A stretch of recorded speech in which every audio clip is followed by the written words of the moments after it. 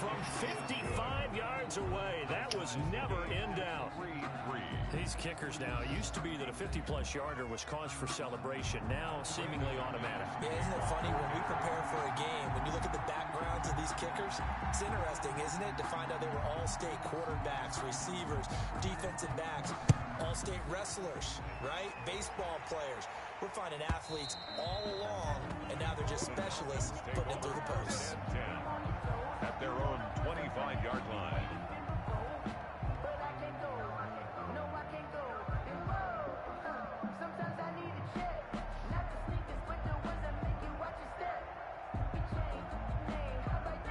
About set to begin their next drive, the Falcons offense at the line.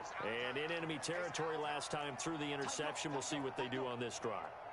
Can't wait to see how it alters what they decide to do in play calling. Do they continue to throw the ball? Do they want to lean more on the running game? It'll be an interesting sequence of plays they're going to get coming up. Does it often affect the play calling with the interception? How much does that change what you do? I think it does depending on why the interception was thrown. Sometimes it's just a matter of the defense made a great play, so you continue to come back. But if it's on you, if the offense just doesn't have the confidence, if they're a little bit shaky, maybe try and take the pressure off and run the ball a little bit. One play has him up past the 40 already, and another 1st and 10. From the gun, it's Ryan. Caught on the right side by Jones. And he'll be taken down, but not before he works it past the 50. 12 yards is the pickup. Good for a 1st down for the Falcons.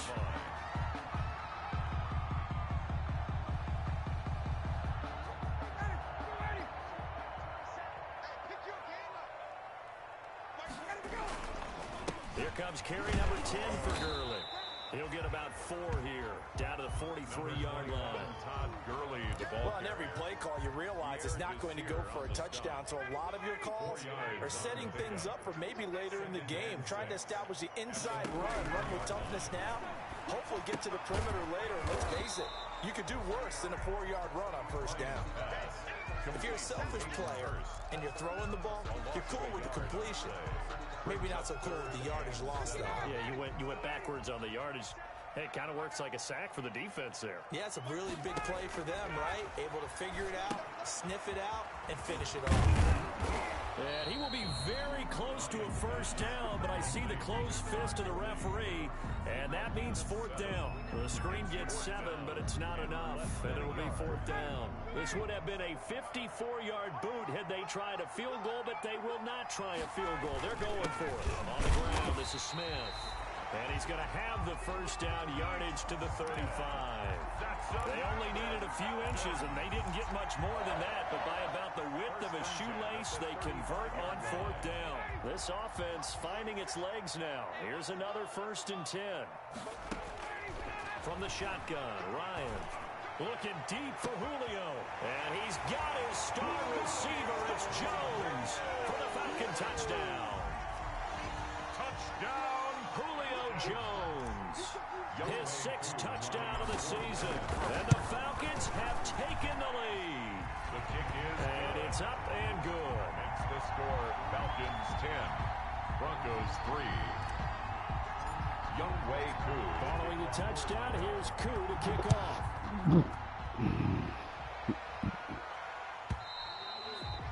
And this will not be returnable. It's out of the back of the end zone for a touchback. Their own 25-yard line. The Broncos onto the field, ready to start their next drive. Just a lone field goal for them so far, trailing 10-3 as they come up 1st and 10. Throwing to start the drive, but that one incomplete. There's that pressure keeps him. in His best game throwing the football, but also not getting a lot of help out there either. Yeah, you nailed it pretty well, you know. He's got to throw it better. Got to get more help. Obviously one that should have been caught. They've got to find a way to bring those two elements together so they can make some progress in this one. Now left side, a completion to his tight end. And he's taken down, but able to slip across the 35. Now the Broncos going to use the 2nd of their timeouts. So as they take it over, we step aside.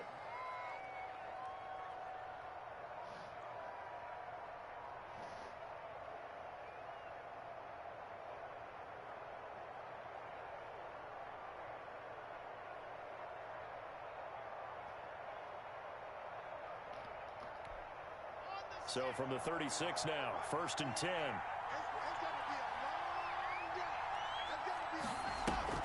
Faking the give to Lindsey. Here's Locke. He'll fire one downfield for Fant. And incomplete. An excellent play downfield. Should have been picked off, really. But 2nd down instead. Similar to a shooter in basketball, just connected on the previous shot.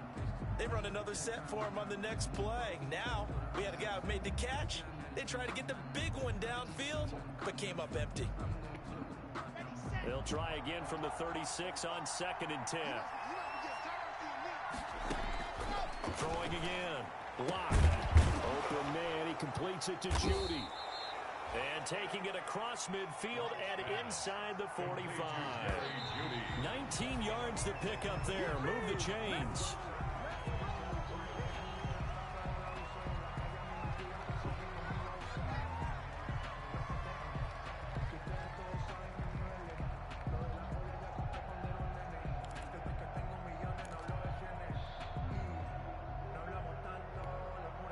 Here's 2nd and 10.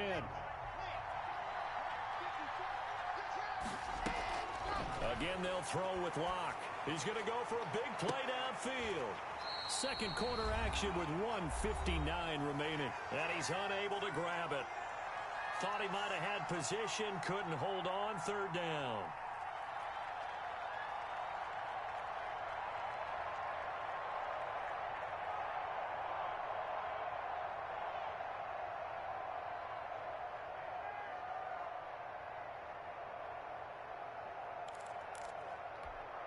And we'll remind you that coming up at halftime, we'll join Jonathan Coachman and the gang in Orlando. Coach will have stats and scores from the early games going on here around the NFL. Got a man open. It's Sutton.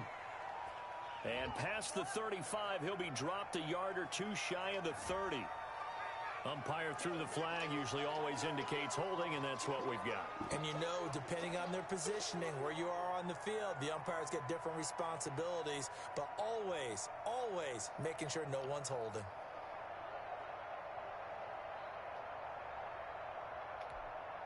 Third and 10 wasn't going to be easy. Now after the holding penalty, they have to deal with a 3rd and 20. Now Locke again. He'll fire one downfield for Fant. Now that'll be tipped and intercepted. Picked up by DeMonte Casey. And he'll take this across midfield and inside the 45. CD, I know it's just his 2nd year in the league as a quarterback, but that's going to be one when he flips on the tape. He's like, I shouldn't have thrown that ball. No doubt about it, and his coaching staff would be emphatic about he shouldn't have thrown that ball. But remember, 2nd year, as you noted, on-the-job training, so he's got to take this feedback that he's getting, negative or otherwise, and turn it into positives moving forward. This pass into the hands of the running back, Todd Gurley. Nothing at all on that one. It'll be 2nd down. Well, that was a simple throw and catch, but even with that completion, 0 yards gained, so they're behind schedule on down and distance. I think they were hoping to get it to him. He could make a man or two miss, but that window closed quickly.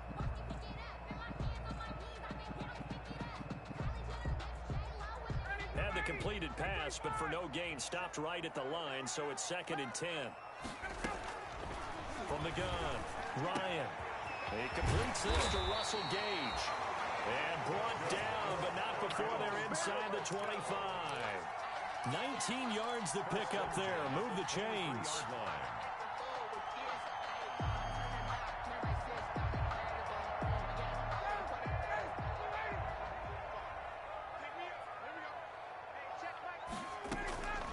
On 1st down, Ryan. And it's incomplete. Boy, he doesn't drop many like that one. 2nd down. Right up to that point, I was about to say he's had a pretty good half catching the football, but let's just be honest about it. He should have caught that one. And he knows that. That was one right in his breadbasket and one he normally catches. And they'll set up the screen to Gurley. And he's taken down after a gain of 3 as they move it from the 22 to the 19. So many things have to come together just right for a screen pass to break for big yardage. The blocking, the timing of the pass to the runner, everything has to fit together just right. But on that play, the defense was able to disrupt things and hold it to a short gain. The pass catch did get 3, but they're still left needing 7 yards on 3rd down. To throw again is Ryan. Good work by that Bronco defense, and it leads to a 4th down. Incomplete. Results in a 4th down.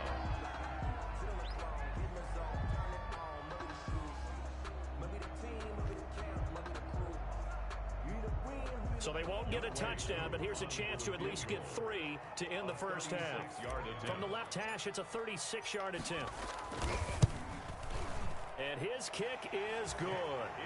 And they will stretch their lead to 10 now at 13-3. So a capper there to a pretty good first half. And I love the way that they put a chokehold on the clock and pretty much drained everything before they put the field goal on the board as they headed into the half. So 6 seconds, all that remains of this first half as the kick is away. And this will be a touchback as that sails over the end line. 25-yard line.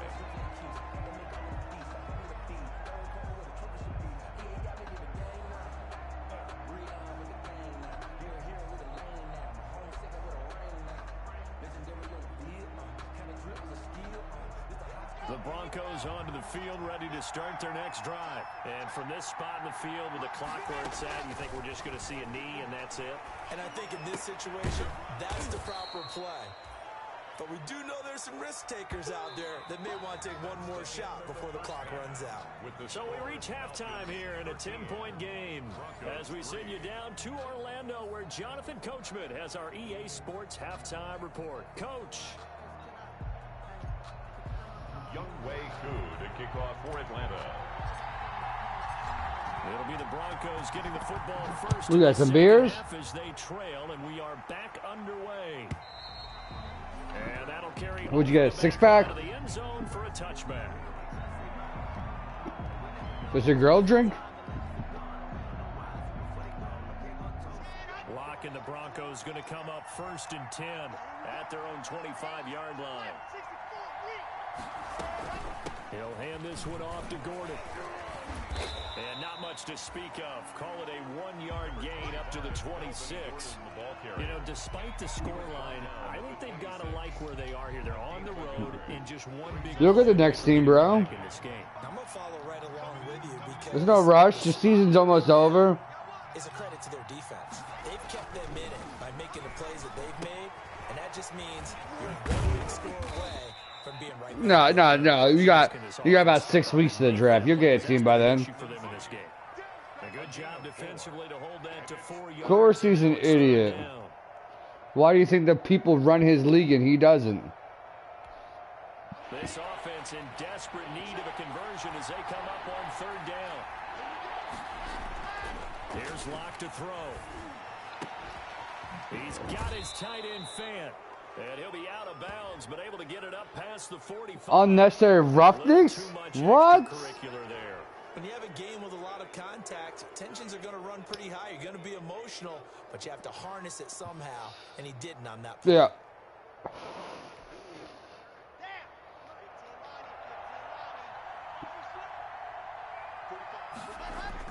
Block now on 1st down.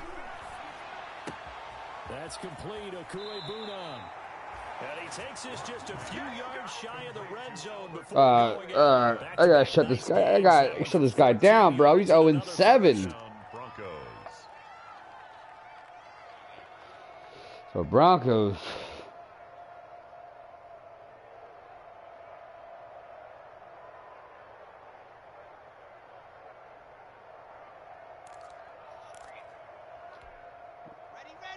He couldn't put. I have it. It's up on my YouTube. You want it?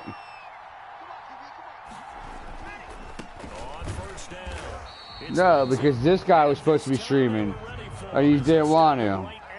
That's what I deal with. Up from his linebacker spot, Deion Jones making the play. At the Falcons' 24-yard line.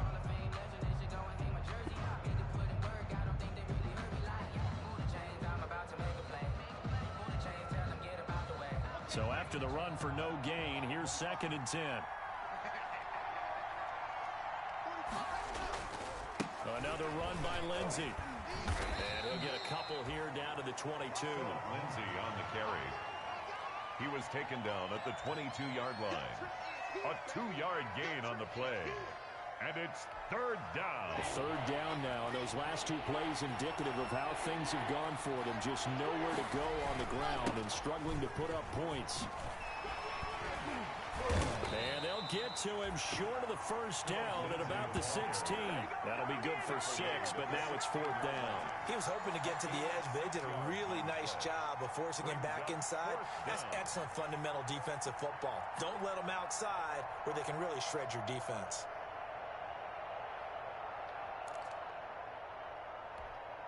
Still just the third quarter, but they've got to make something happen. I think they know that. They're going for it on fourth. They'll go for it. It's Locke. And that is going to be incomplete.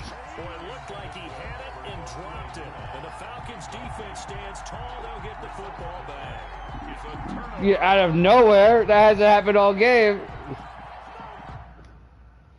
Oh my God. He did it on purpose, bro.